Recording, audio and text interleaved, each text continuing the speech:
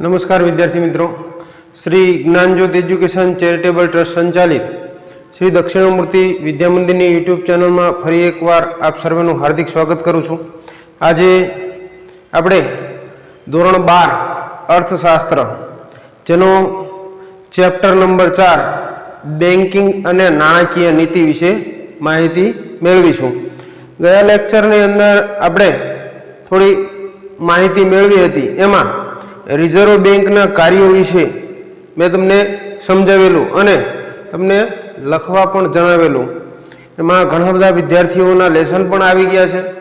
एमां हजू पण अमुक विद्यार्थीओए ए लेक्चर अटेन्ड न कर्यो होय, जोयो न होय तो फरी एकवार जोई लेजो, न समझण पड़े तो फरी एकवार पूछजो अने ए जे एना 5 कार्यों है ए लखी अने मोकलावाना छे। फरी एक बार आपणे ए कार्यों विषे माहिती थोड़ी ऊपर छेल्ली माहिती जोई लईए। तो चलन बहार पाडवानुं कार्य जेमां आपणे कीधुं हतुं के रूपिया 2 અને 2 થી વધુ ની जे नोटो छे ए एनी कामगीरी कोण बजावे छे तो के RBI, reserve bank of India. પછી એની સ્થાપના ક્યારે થઈ હતી એ પણ આપણે જોયેલું, કઈ સાલમાં એની સ્થાપના કરવામાં આવી। ત્યાર પછી જોયું તો સરકારની બેંક તરીકેનું કાર્ય, બેંકોની બેંક અને બેંકોના અંતિમ સહાયક તરીકેનું કાર્ય, શાખ નિયમનની કામગીરી, વિદેશી હુંડિયામણની જાળવણીનું કાર્ય, એટલે કે બહારથી જે રૂપિયા આવે છે એની જાળવણી કોણ કરે છે અને એની સંપૂર્ણ એમ કહેવાય કે जवाबदारी कोना पर होय छे एना विषे आपणे गया लेक्चरनी अंदर माहिती मेळवी हती। हवे आजे आपणे जोवाना छीए आरबीआई ना बिन नाणाकीय कार्यों।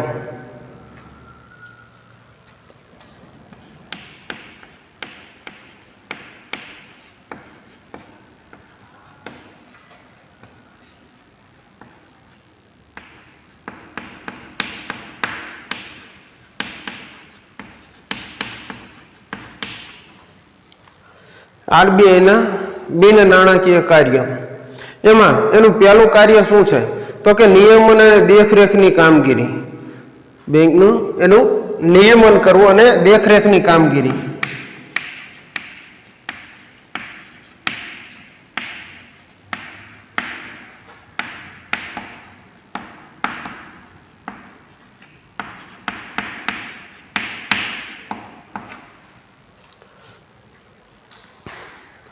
तो नियमन अने देखरेख ए कोण करे छे तो के आरबीआई भारतना समग्र मूडी बजार अने नाणां बजारनी कामगीरीनी देखरेख अने नियमन करे छे, जेमां व्यापारी बेंकोनी शाखाओना विस्तरण, काम करवानी पद्धति, एटले के जेमां व्यापारी बेंको जेनुं शाख सर्जन करे छे, जे शाखाओनी अंदर विस्तरण थाय छे एटले के वेचाण थाय छे, ते काम करवानी पद्धति, बेंको सिवायनी नाणाकीय संस्थाओं तथा सहकारी बेंकोनी कामगीरी वगैरह पर खास ध्यान राखे छे। ओके, नियमन अने देखरेखनी कामगीरी ए आरबीआई ना सिरे होय छे। प्रोत्साहन कार्यों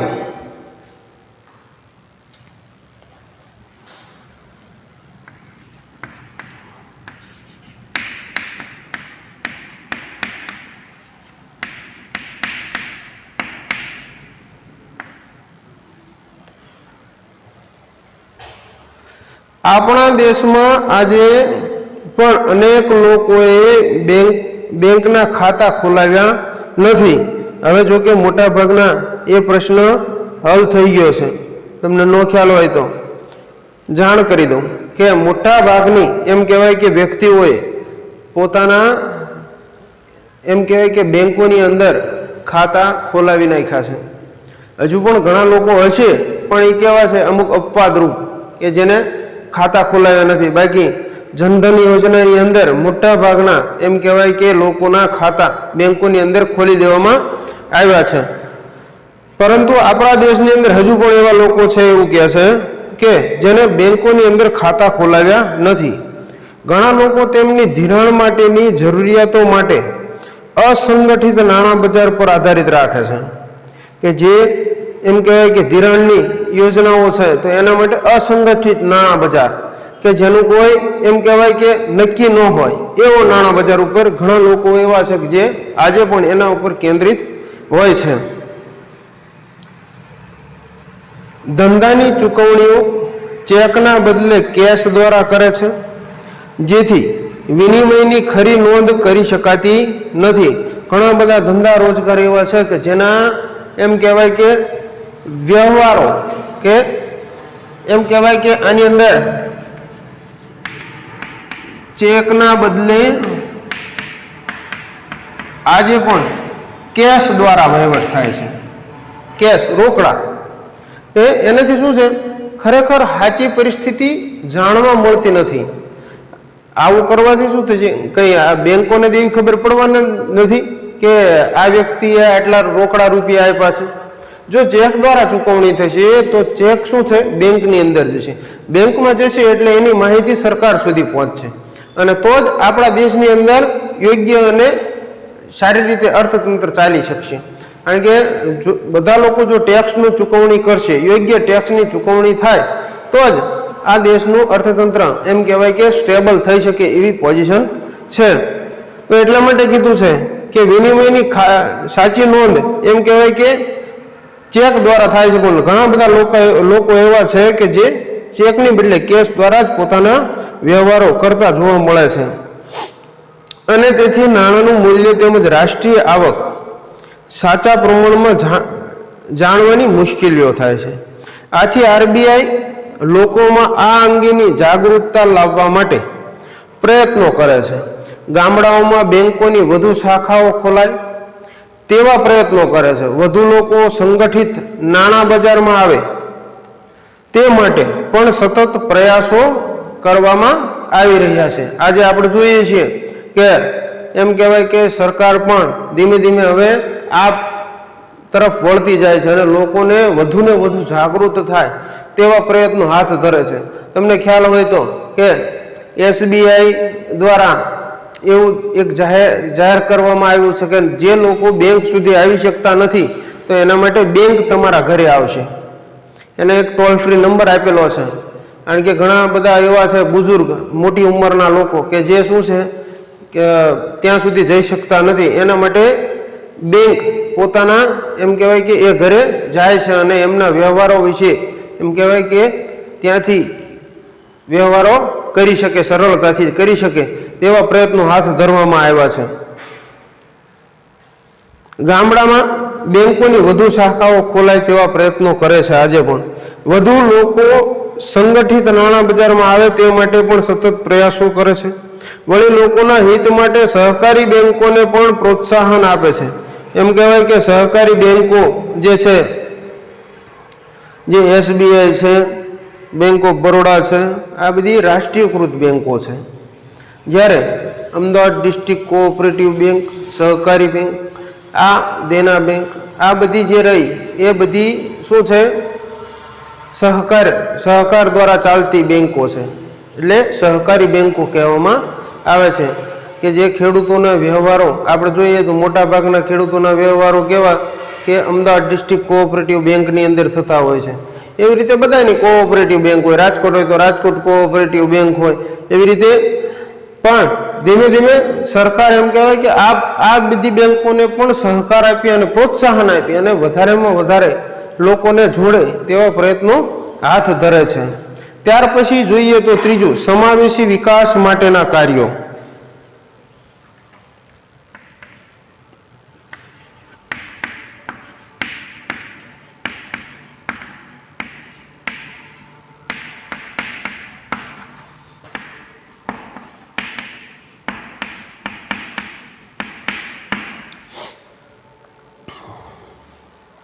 ભારતમાં આર્થિક ભિન્નતા, ગ્રામીણ શહેરી ભિન્નતા વધુ હોવાના કારણે જ્યારે નાણાકીય અથવા તો આર્થિક પરિવર્તનો આવે ત્યારે દરેક વર્ગના લોકો અને એકમોને આવા પરિવર્તનોનો લાભ મળવો જરૂરી છે.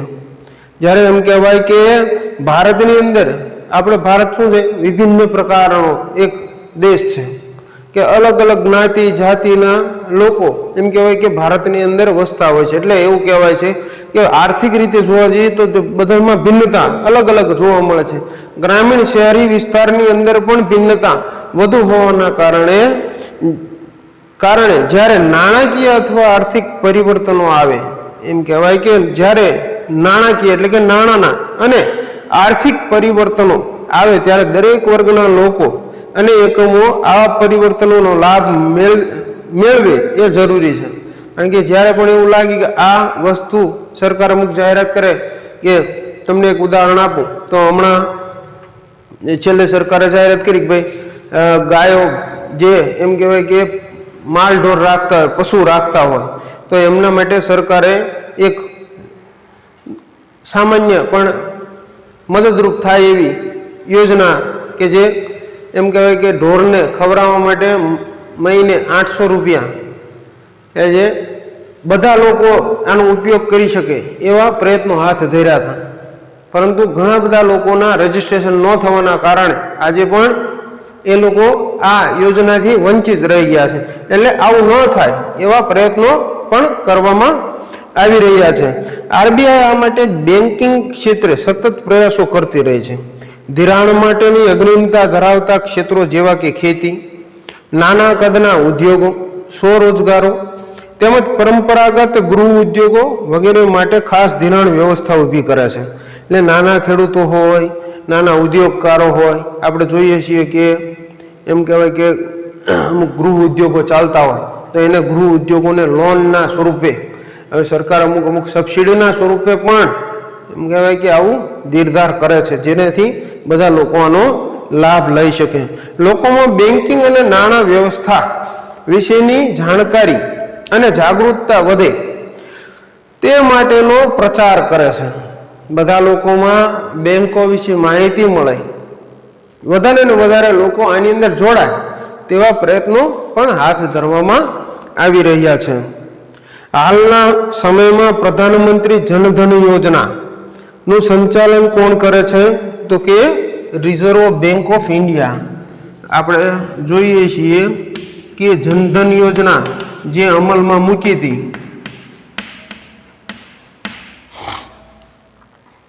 મેં તમને હમણાં જ કીધું ને કે જનધન યોજનાની અંદર એમ કહેવાય કે સરકાર દ્વારા વધારેમાં વધારે લોકો જોડાય તેવા પ્રયત્નો હાથ ધર્યા છે. તો આવી જનધન યોજનાની સંપૂર્ણ એમ કહેવાય કે જવાબદારી એ આરબીઆઈના સિરે છે. એટલે આરબીઆઈ આ જનધન યોજનાનું સંપૂર્ણ એમ કહેવાય કે માહિતી અને લોકો વધુને વધુ આમાં જોડાય તેવા પ્રયત્નો કરે છે. એનું સંચાલન આરબીઆઈ દ્વારા કરવામાં આવે છે. વળી બેંકોના ગ્રાહકોના હિત અને હકની જાળવણી પણ કરે છે.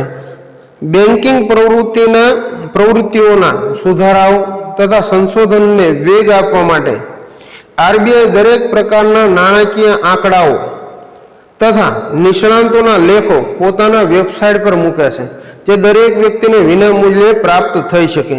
એટલે બેંકો વિશેની માહિતી, આરબીઆઈની માહિતી ક્યાંય છુપી હોતી નથી.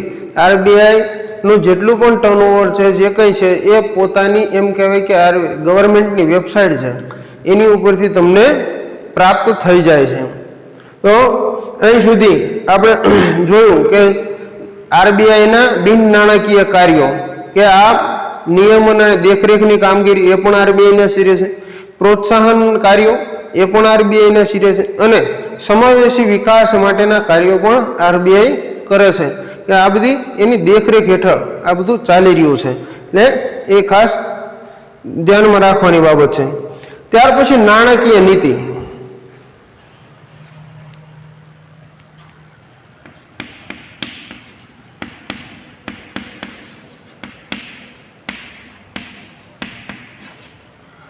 નાણાકીય નીતિ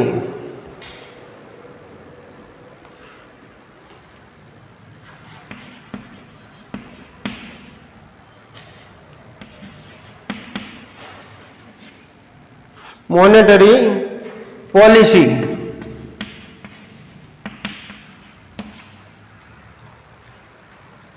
જેને આપણે નાણાકીય નીતિ તરીકે ઓળખીએ છીએ.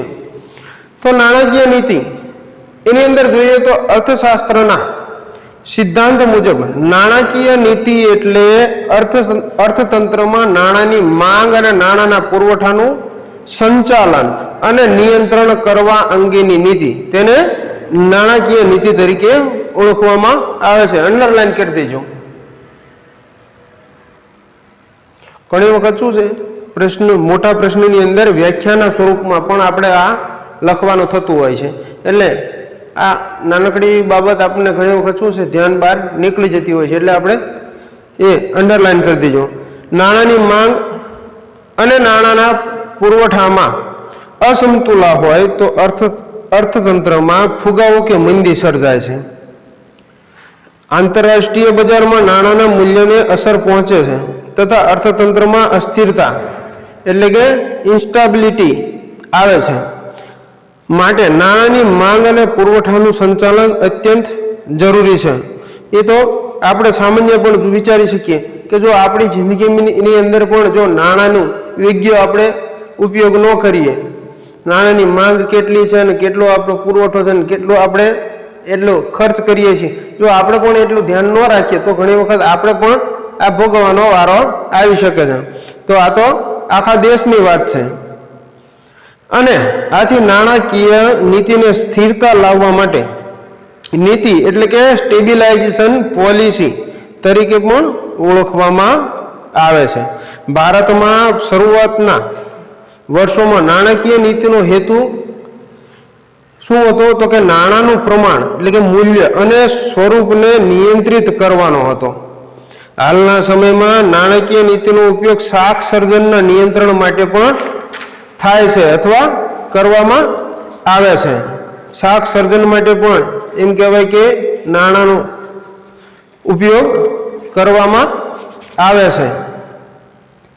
સૈદ્ધાંતિક વ્યાખ્યાની રીતે જોઈએ તો નાણાકીય સત્તા દ્વારા લેવાયેલા એવા સભાન પગલાં જે નાણાંના જથ્થા એટલે કે ઉપલબ્ધિ અને નાણાંના ખર્ચમાં પરિવર્તન લાવે.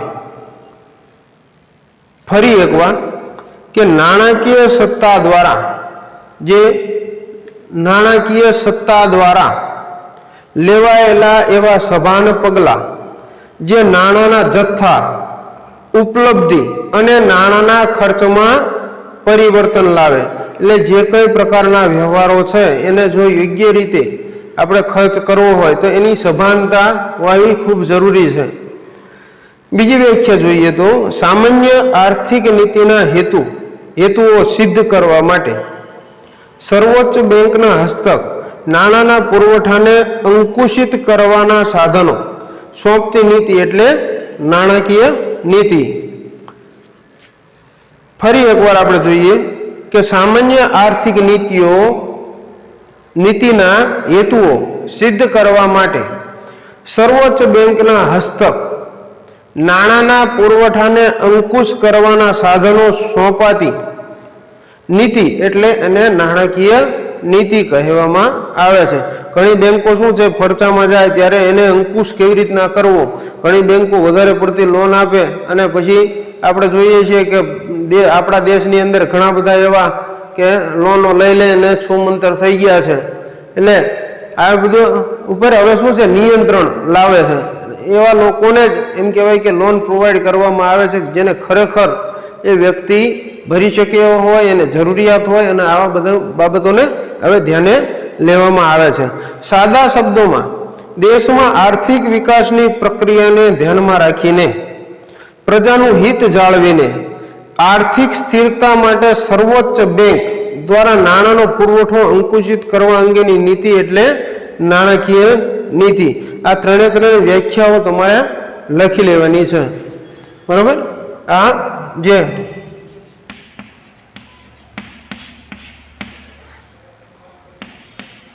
ત્રણ વ્યાખ્યાઓ તમારે તમારા લેસનની અંદર લખવાનું છે. આ આરબીઆઈના બિન નાણાકીય કાર્યો લખવાના છે અને આ ત્રણ વ્યાખ્યાઓ મતલબ આપણે આજે જે પણ ચલાવ્યું છે એ બધું તમારે આજે લેસનની અંદર લખી અને મને મોકલાવાનું છે. આપણે નેક્સ્ટ લેક્ચરની અંદર જોઈશું નાણાકીય નીતિના સાધનો. એની અંદર પરિમાણાત્મક સાધનો કયા કયા છે, ગુણાત્મક સાધનો કયા કયા છે, એના વિશે થોડી માહિતી મેળવીશું. જય હિન્દ, અસ્તુ, જય ભારત.